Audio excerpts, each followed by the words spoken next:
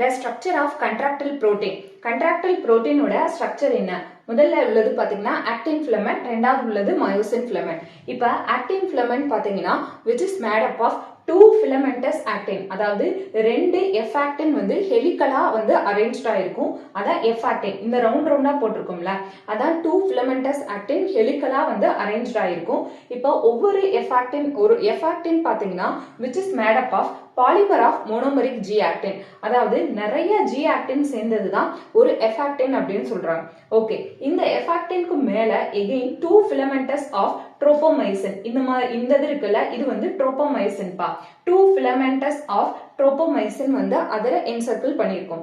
இந்த tropomyosinக்கு மேல ரெகுலரான இன்டர்வல்ஸ்ல பாத்தீங்கன்னா ஒரு புரோட்டீன் பார்ட் இருக்கும், அதான் troponin அப்படின்னு சொல்றாங்க. இந்த troponin உடைய இம்பார்ட்டன்டான ரோல் என்ன அப்படின்னு பாத்தீங்கன்னா it masks the active binding sites of myosin.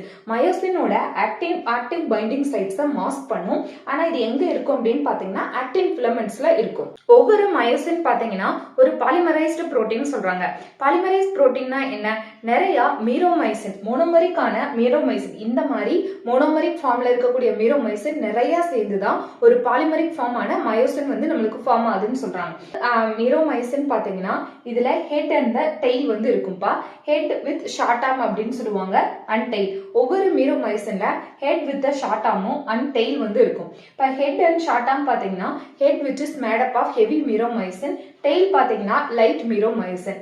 Head பார்ட்ல பாத்தீங்கன்னா வேற என்னென்ன இருக்கும்னா ஆக்டின் பைண்டிங் சைட்ஸ் இருக்கும், ஏடிபிஎஸ்ங்கிற என்சைம் இருக்கும், and also ATP binding sites வந்து இருக்கு. இப்போ நிறைய மீரோமைசின் வந்து ஒன்னா சேர்ந்துதான் ஒரு திக்கான மயோசின் ஃபிலமெண்ட்டை ஃபார்ம் பண்ணிருக்குன்னு சொன்னோம்.